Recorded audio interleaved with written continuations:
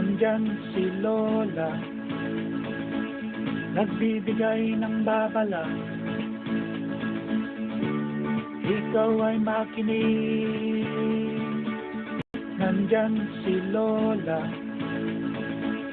nagbibigay ng babala. Ikaw ay Hi, hello, good morning. So, Sunday ngayon. At may Happy Meal after Sunday school po tayo. Okay, so, maaga po akong gumising dahil magluluto ako ng ulam para sa mga bata. So, ang ulam pala ng mga bata mamaya ay iskabichi.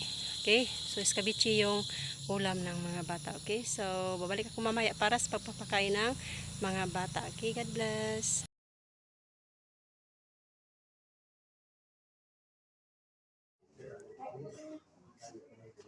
Mag-angkot ang mga tayo kayo. Lord, salamat Ginoon, intak na Lord God.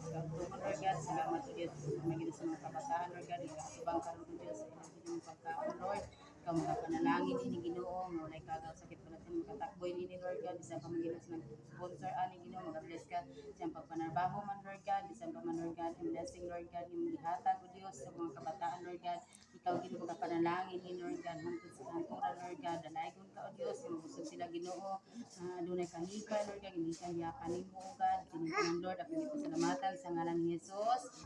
Amen. Simple life. Tuloy naman ka.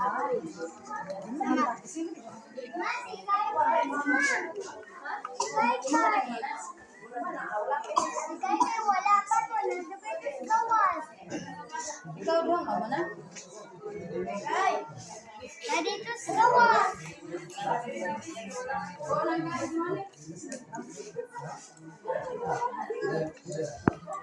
Matthew 5 verse 8. Blessed are the pure in heart, for they will see God.